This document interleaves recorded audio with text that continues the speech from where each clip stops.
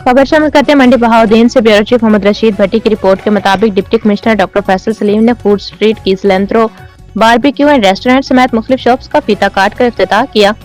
इस मौके पर असिस्टेंट कमिश्नर अदनान बशीर वड़ाई, CEO municipal committee Rizwan Bashir आगाज, district health officer doctor Iftikhar और मोहम्मद तनवीर घुमन एडवोकेट भी हमरा थे। Deputy commissioner doctor Faisal Saleem का कहना था कि मंडी बहाउद्दीन शहर के ऐन वस्त में कायम की गई फूड स्ट्रीट का कयाम पंजाब हुकूमत का इनकलाबी इक़दाम है। डिप्टी कमिश्नर का कहना था कि म्यूनिसिपल कमेटी के ज़ेरे एहतमाम फूड स्ट्रीट को जदीद तर्ज का बनाया गया है, जहाँ शहरियों को बेहतरीन खानों की सहूलियात मुयसर होंगी।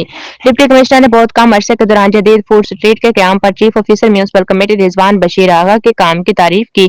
इस मौका पर CEO cilantro barbecue and restaurant Tanveer Ghuman का कहना था कि जिला के शहरियों को अब दूसरे शहर नहीं जाना पड़ेगा, बल्कि अब अपने जिले में फूड स्ट्रीट में मियारी, बेहतरीन और लजीज फूड आइटम दस्तयाब होंगे। CEO cilantro barbecue and restaurant Mohammad Tanveer Ghuman के भाई जहांगीर घुमन अफसर पेन ने इंतजामिया की जानिब से फूड स्ट्रीट के कयाम पर खराज तहसीन पेश किया।